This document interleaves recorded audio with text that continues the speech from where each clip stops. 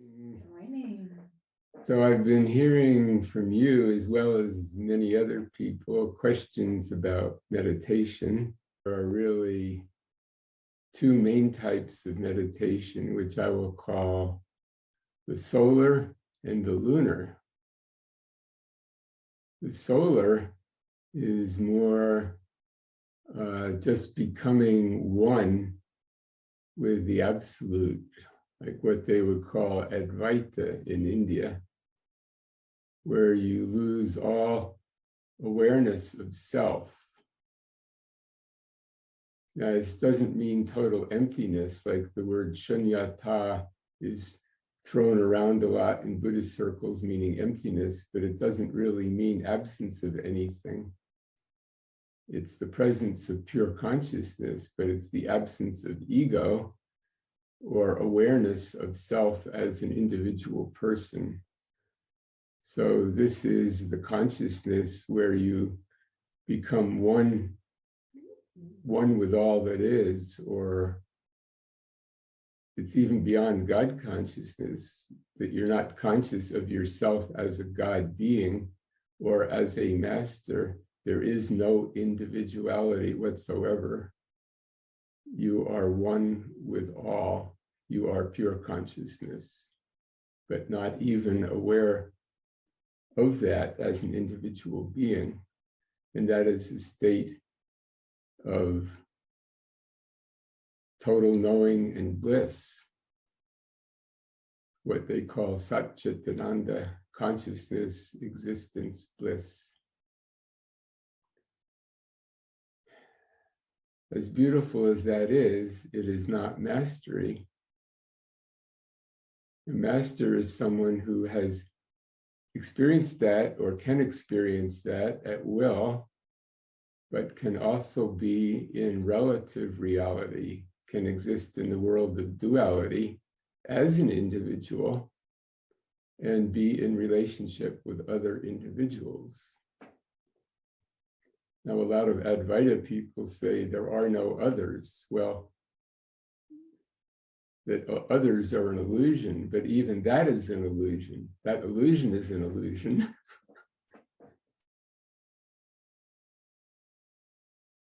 Tell your wife there are no others, that she doesn't exist, you know, or tell your children that it doesn't work. You don't want an Advaita taxi driver who says, I don't recognize opposite sides of the road. There is no left and right. That's an illusion. Say, I think I'll get a different taxi. I want someone that knows left from right. So there is a place for duality.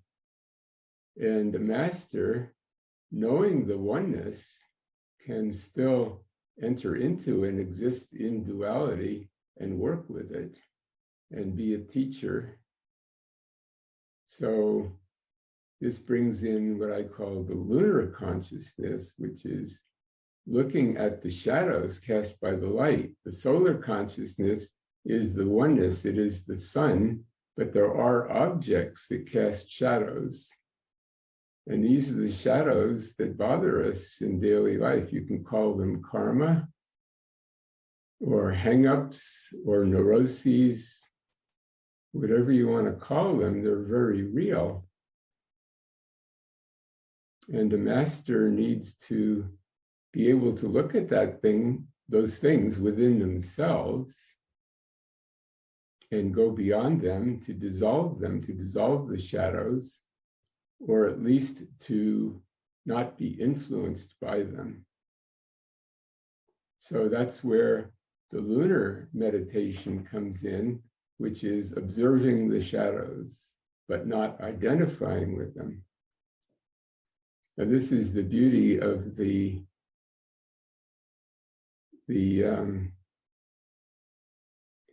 consciousness that you can attain through vipassana, that is can be a combination of the solar and lunar, if you do it right.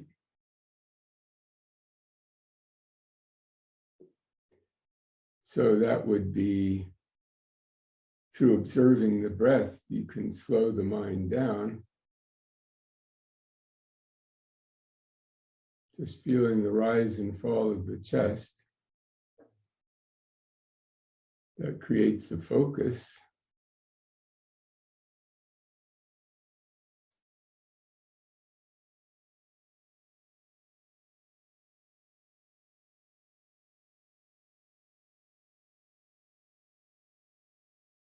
And if a thought comes up, you just put a label on it, thinking.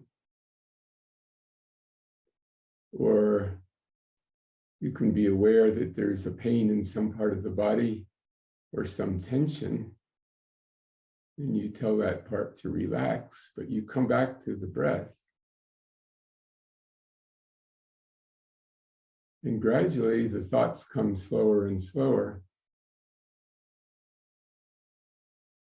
And you become aware that someone or some consciousness is observing the thoughts that is not identified with the thoughts. So there is a thought process separate from the thoughts themselves. So then you can ask, who is observing that?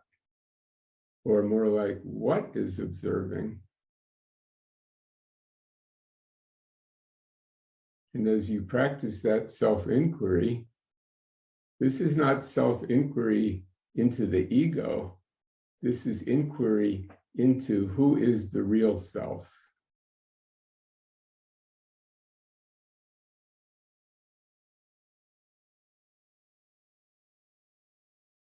And you realize then that your mind does not exist in your brain. Your brain is just the local monitor for your mind. But that consciousness, that internet exists cosmically, that you are one with cosmic consciousness.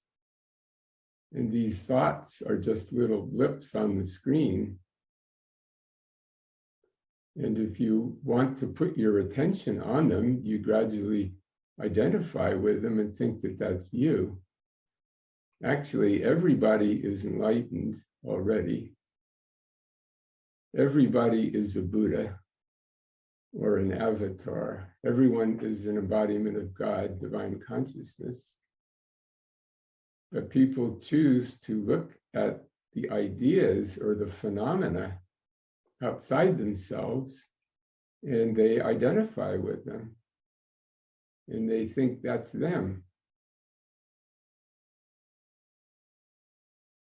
So the key is to turn your attention back inward to that self that is not identified with thoughts, feelings, emotions, and sensations.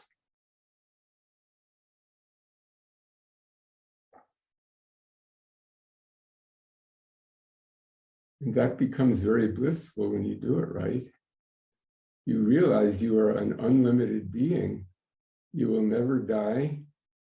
You are eternal. And you are one with all that is.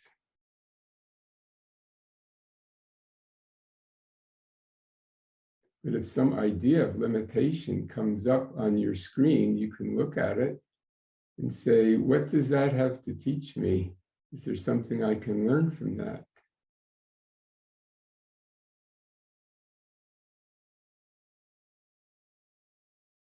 And then you can see other people's thoughts, ideas, limitations also in the same way, that it is not really them. It's just part of the lesson they're working on learning.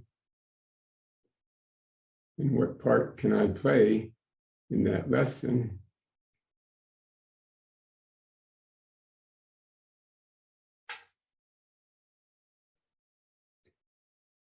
So I think it's like, imagine that you're in a boat and you're going across a beautiful lake in the tropics, and there are beautiful fish in the lake and beautiful plants underwater.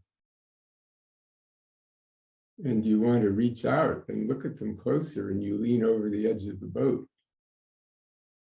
Well, you can do that maybe if you hold on to the boat. Otherwise, you're going to fall in and become completely enmeshed in all the life that's in the water, entangled up in all the webs.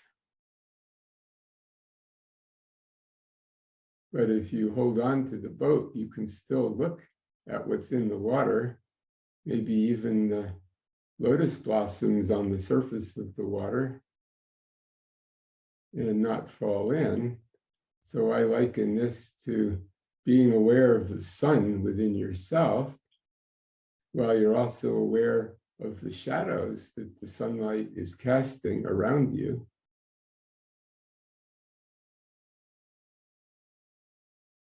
So I would say that meditation leading to mastery should incorporate both aspects, the solar consciousness, where you feel the sun in the center of your chest. And in fact, that is where the sacred flame is anchored, the Jyoti. It's in India, they call it the Jyoti, the sacred flame, that it's a real focus of light that is focused from your higher self, the I am presence, or what in Tibetan Buddhism is called the Dharmakaya, the body of Dharma, your permanent self, that sends the tube of light down through the top of your head, and it's anchored in your body near the thymus gland, actually under the sternum, and slightly to the right of it. And that's what keeps you alive. That light is what's telling your heart to beat, it's sending out signals. And that's what makes you breathe. And that's the source of your life right there. And that's why Saint Germain says in Unveiled Mysteries, imagine a great light, a sun in the center of your chest. And you can close your eyes if you want. And just imagine a sun there. And your body is transparent, like it's made of crystal. And that sun is filling your body with light. And the light is shining out into the room, through the walls, into your town, into your country, throughout the entire earth. In fact, the earth itself is becoming a sun. And the center of that sun is in the center of your chest.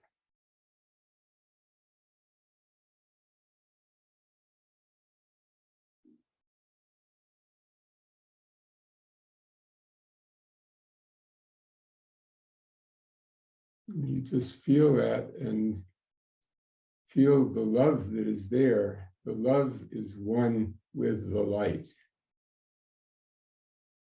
And you can say, I am divine love radiating out to the world. And know that that love is real. It's not just an idea. It's a substance going out on those rays of etheric light. I am the light of the world.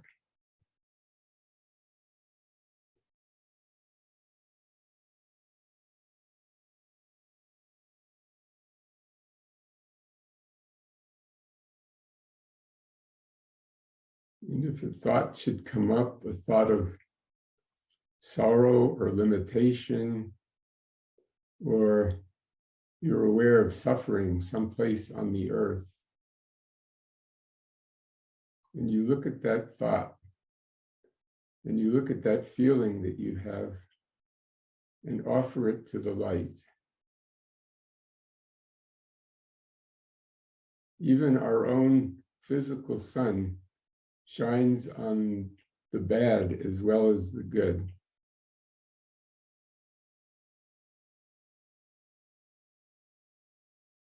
Eventually, this earth will pass away. Our solar system will pass away and merge into a higher frequency. Like you can say it will go into a black hole, but It is not really black. It is simply entrance into a higher frequency. And everything that we call bad will cease to exist. But in the meantime, we have this drama we call life. So it's important to identify with the light and the love and the joy as much as possible, rather than get sucked into the illusion of the shadows.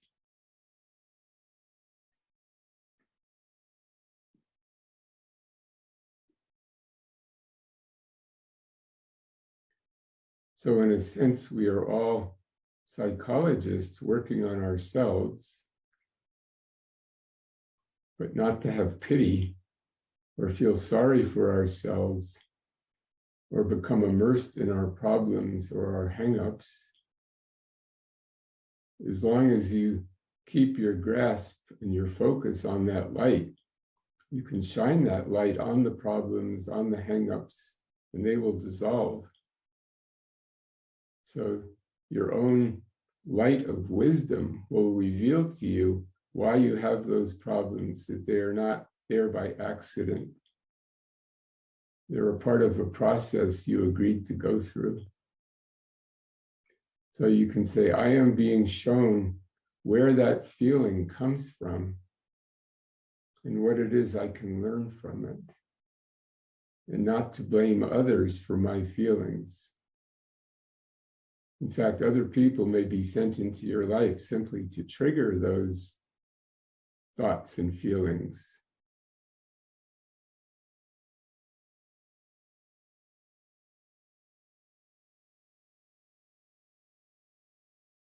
Because the masters, your higher self, knows you have illusions, that you have weaknesses somewhere, and you need someone to bring those to your attention.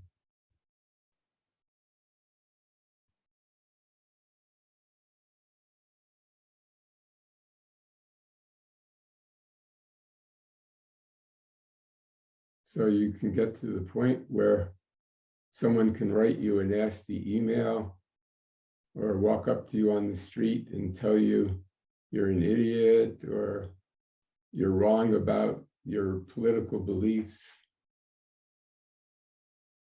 and it won't affect you.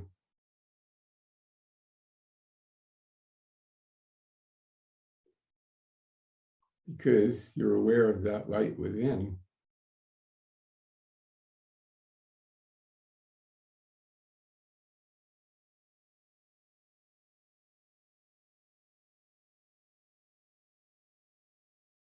So it takes both the solar and the lunar. I think of the lunar as more the psychology aspect, looking at creation and seeing the beauty as well as the ugliness, that you are mother of it all.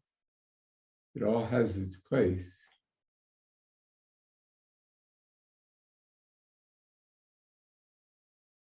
And learning compassion is a part of that. If we just hang out in the bliss of oneness, we don't learn compassion. So one of our reasons for being here and for suffering and seeing the suffering of others is to develop the compassion within ourselves, to realize what we call the other is really a part of ourselves.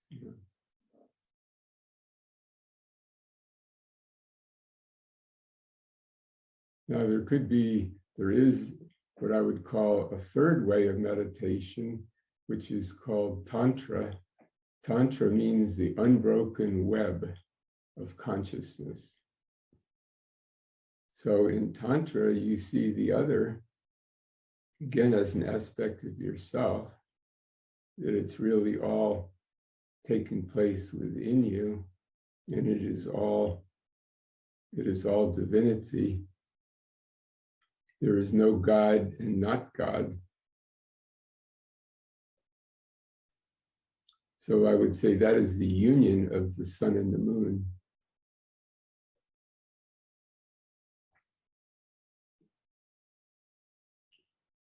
So you can be enlightened, yet have your eyes open and see that there are others, but the others are also you. So if there's something bothering you about another, you see it as your problem, not their problem. And it is all divinity revealing itself to you. The sense of separation can be overcome by that meditation on the inner light.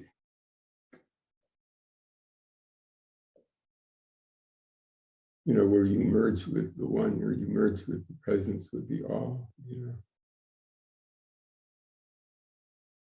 So that's why I see psychology is a part of it, that not the kind of psychology where you just go pour out your problems to an analyst and they listen. That's what they call talk therapy, that it's therapeutic to talk to someone about your problems and have someone listen.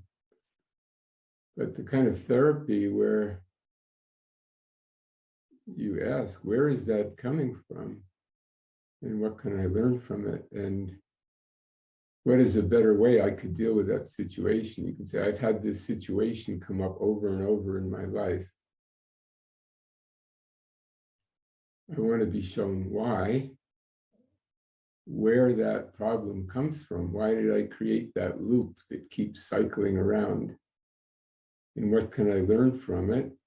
And when that comes up again, how can I deal with it differently? Like, imagine you're a character in a movie and you're on take 6, and the director says, you didn't get it quite right this time.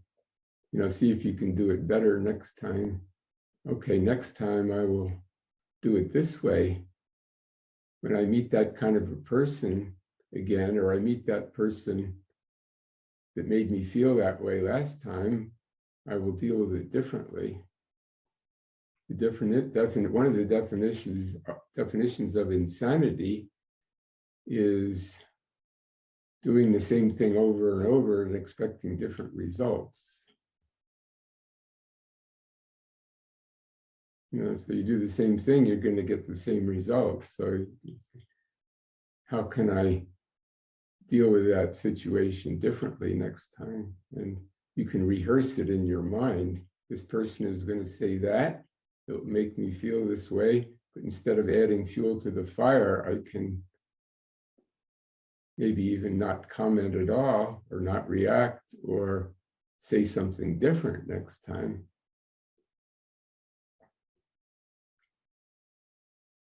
So if something is hurting you, that is your problem, not the other person's problem.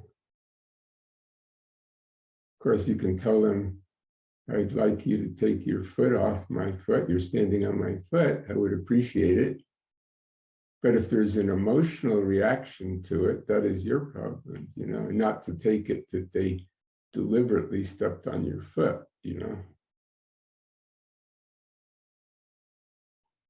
They were just clumsy. They didn't know what they were doing or see what they were doing. I think nowadays on the spiritual path, there seems to be a lot of confusion about it, On the one hand, there are people, just go to there are more social gatherings than spiritual, and people just sit around and maybe chant a little bit and then share their emotions or their feelings and stuff, which can be very healing,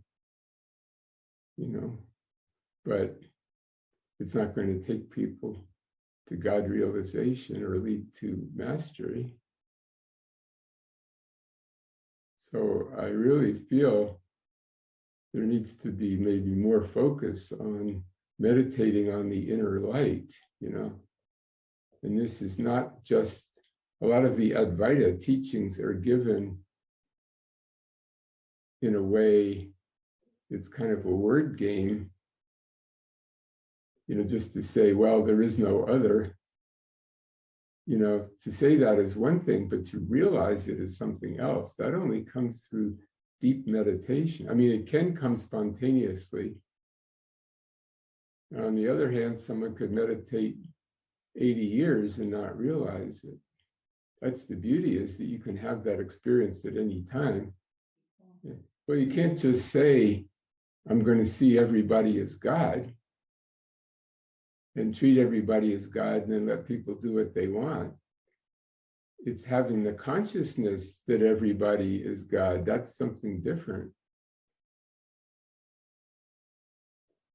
You know, this is my whole generation. They were called love and lighters. There was no boundaries, no, you know, just do your own thing, whatever makes you happy. Everything is God, everything, you know, there's no right and wrong. Just do your own thing and everything. That did not lead to happiness. It led to misery.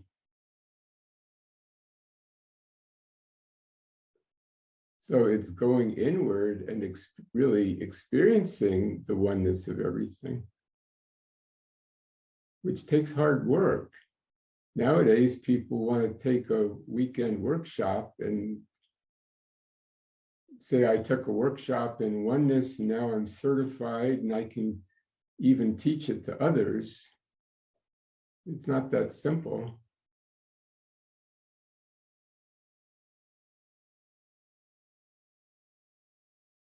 It can't be faked, you know.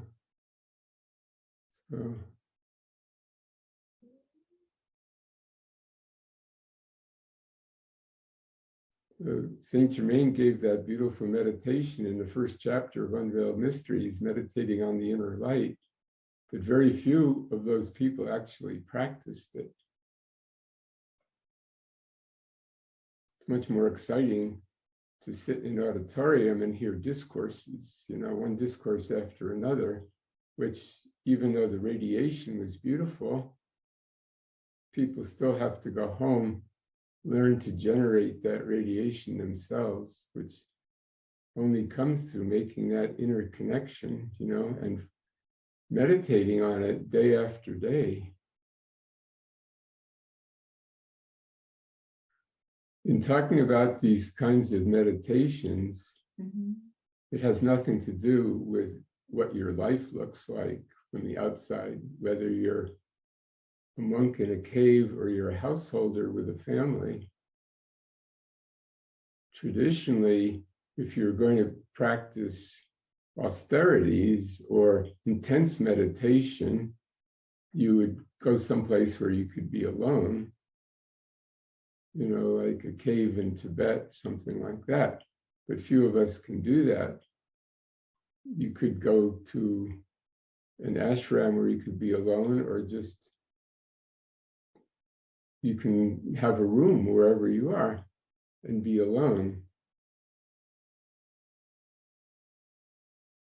But sometimes people, if they're alone too much and they're not ready for it, they can get into self-delusion.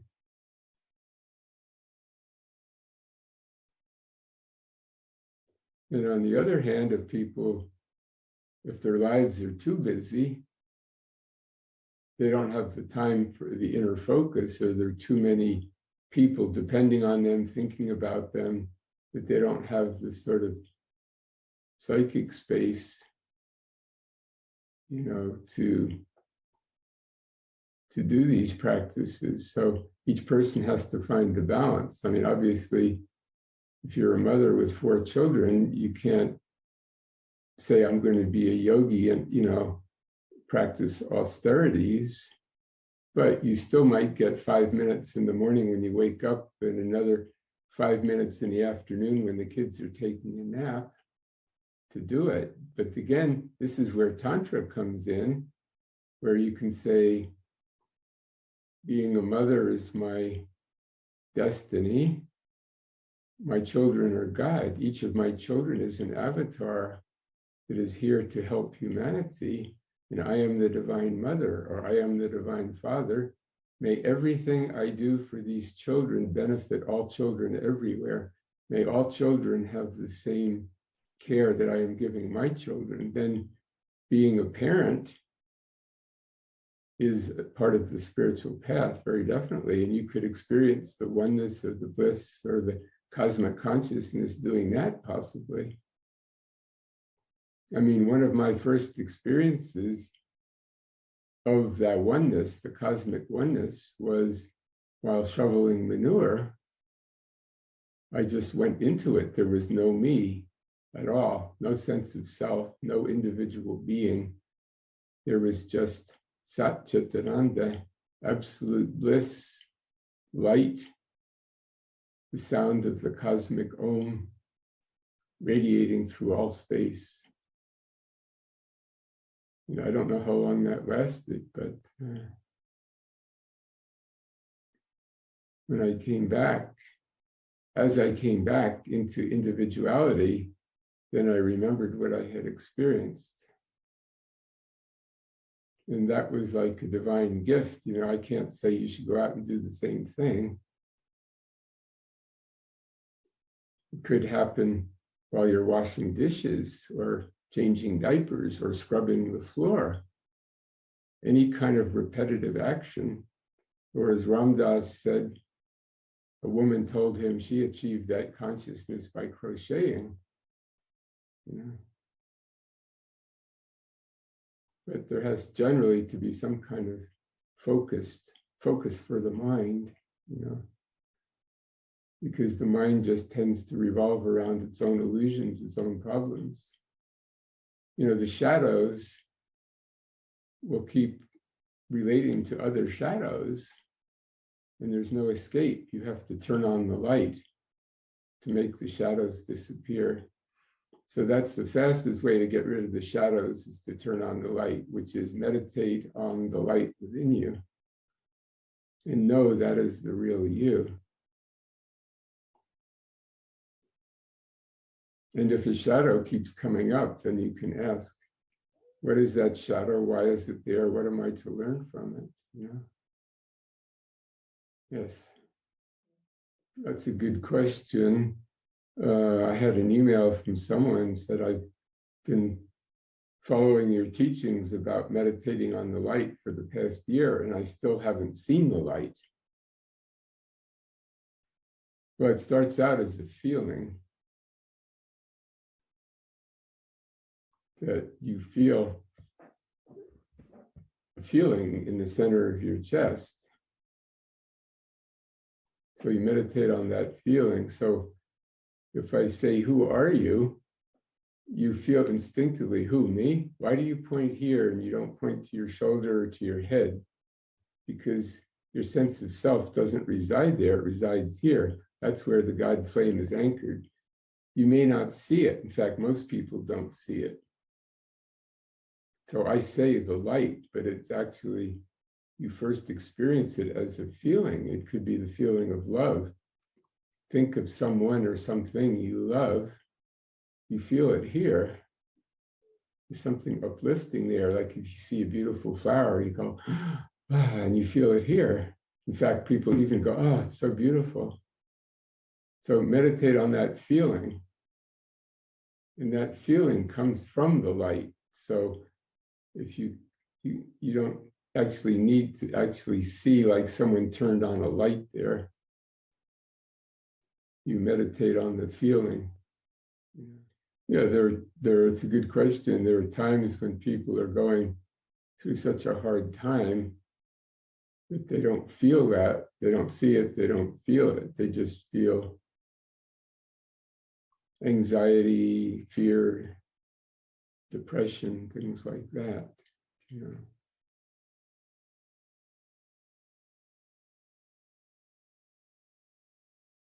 That's why it's important during the times when you're not feeling that to build up your practice, you know. So there's kind of like what I call a reservoir of consciousness that you can tap into. You know, a great example is Eckhart Tolle, who was chronically depressed, even suicidal, you know, from what I understand, but he was definitely chronically depressed. And one night before he went to bed, he was observing how depressed he was. And he realized that there was somebody observing him being depressed. And that I wonder what would happen if I identified with the observer instead of the Eckhart who's depressed.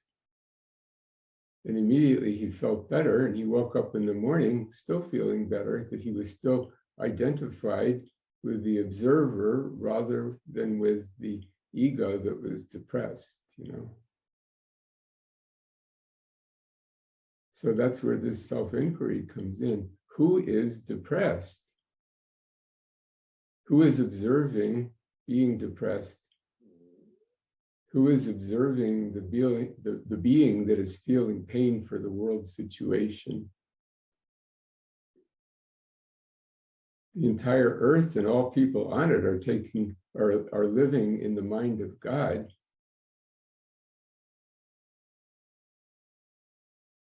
So how is God viewing the whole situation? I mean, God could eliminate everything with a thought and start over, but God is allowing it to continue because God is learning something from it.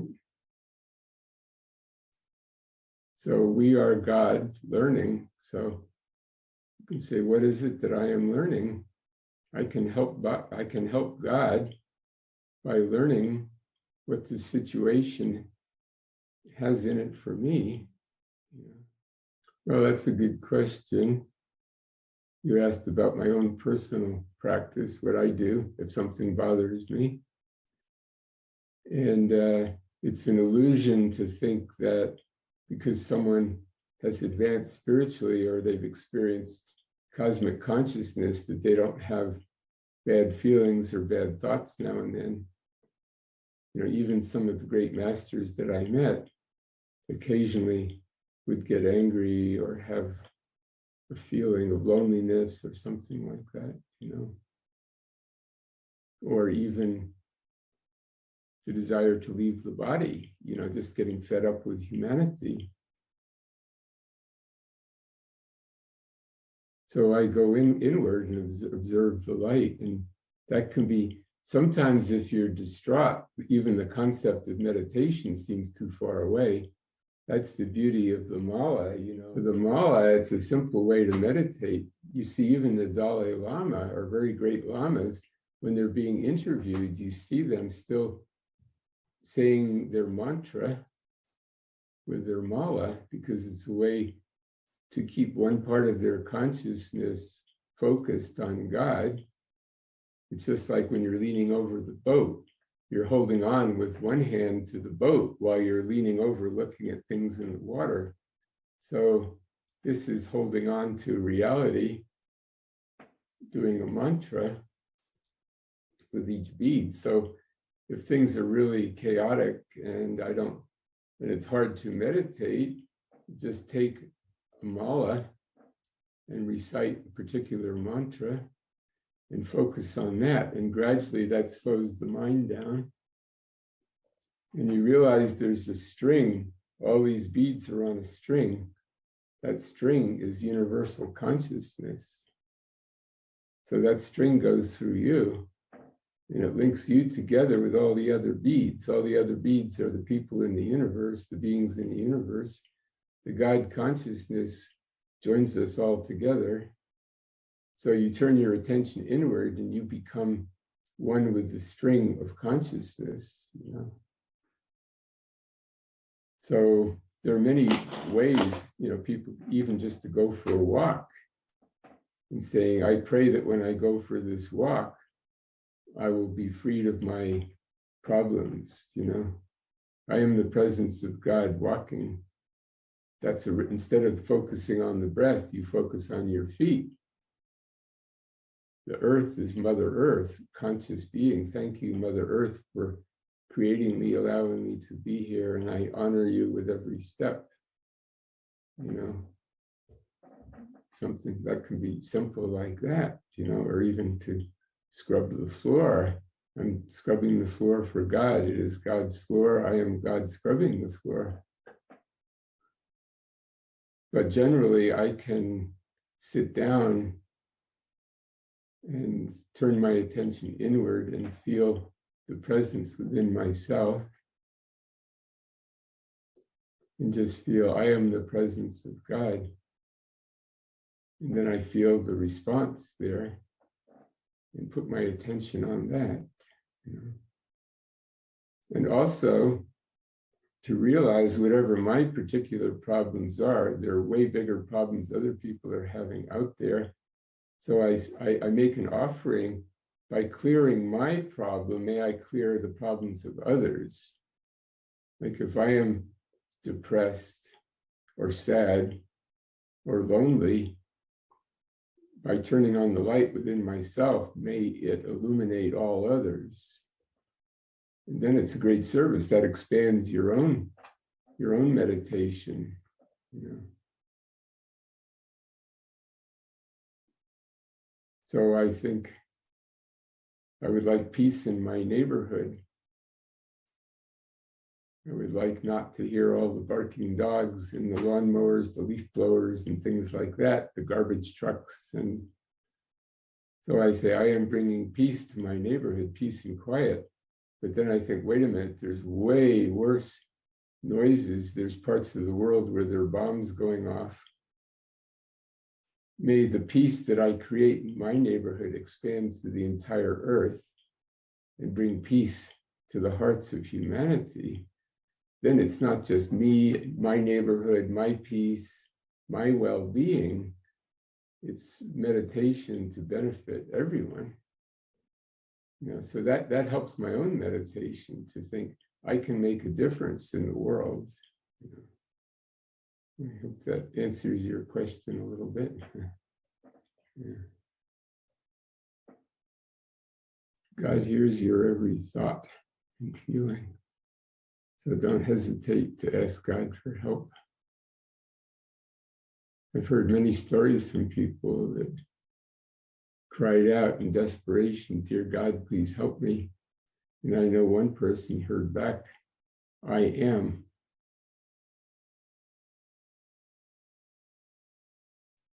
So in answer to your question, I would say it's important to have discipline, not to just say, I will meditate when it feels good, like when it's a beautiful day and I'm in a good mood and I'm going to see friends later on and life is beautiful, then I will meditate and that will be the cherry on my ice cream, you know. So I would say it's important to set a routine, have a definite practice at a certain time every day, or at least according to a schedule. And this in itself is good for spiritual practice, to stick to to make a commitment. That's the big word. You know, when you get a job and you sign a contract to work for someone, that's making a commitment. This is making a commitment to God, that I vow to follow this plan every day, even when I'm not feeling well.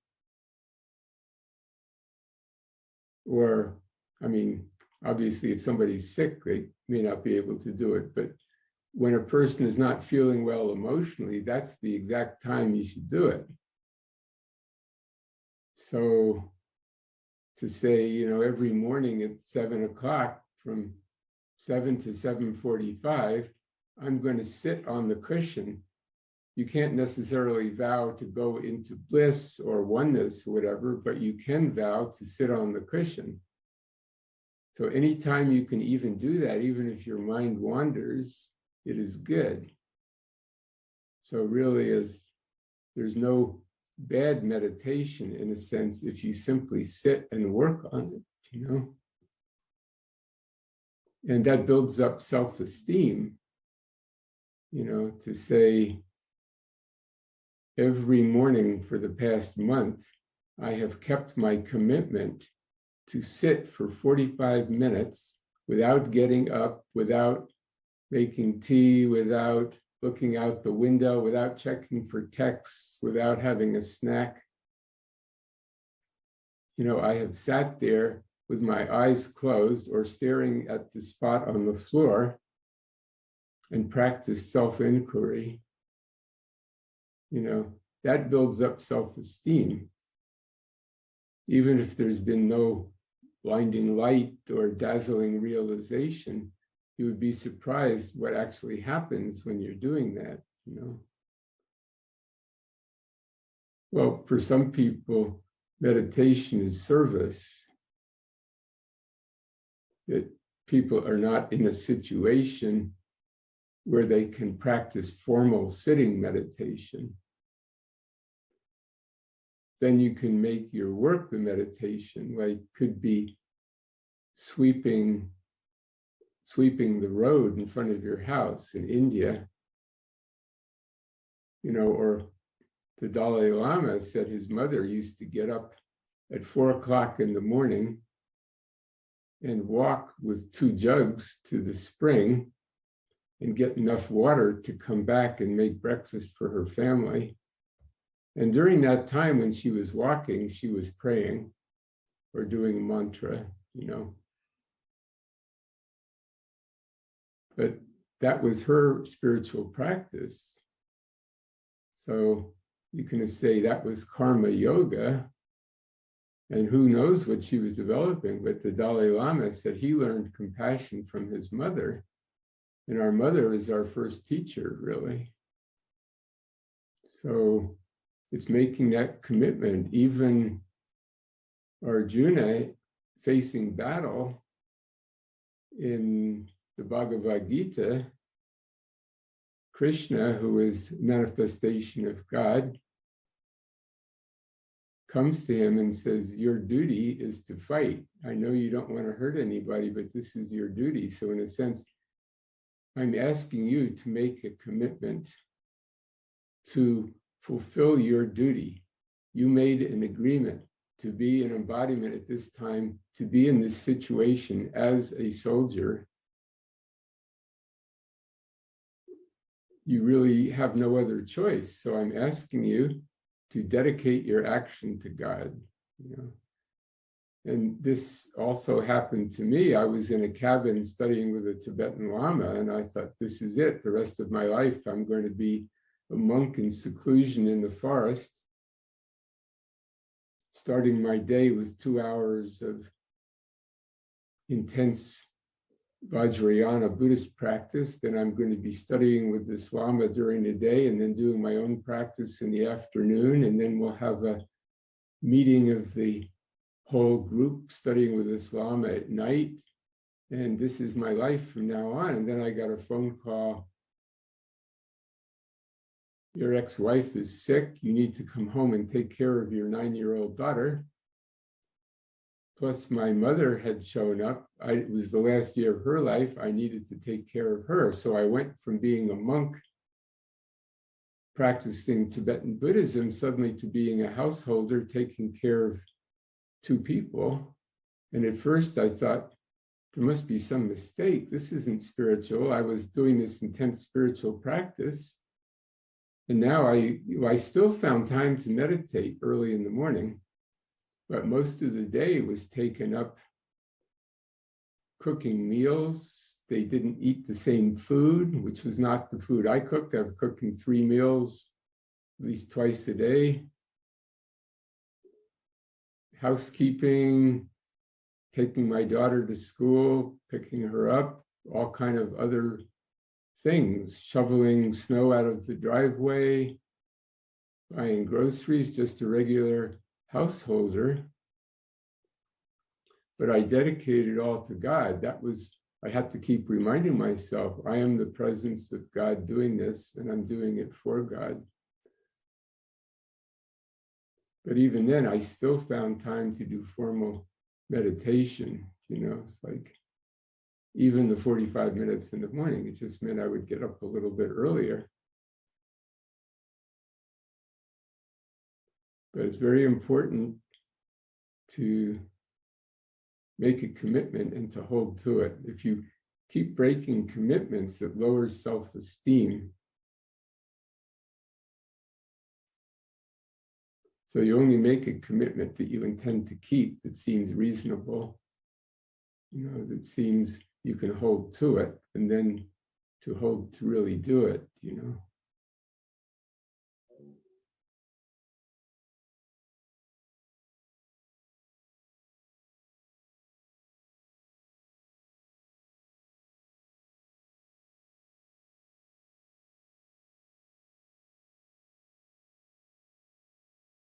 I believe the word commit comes from the roots that mean to be with.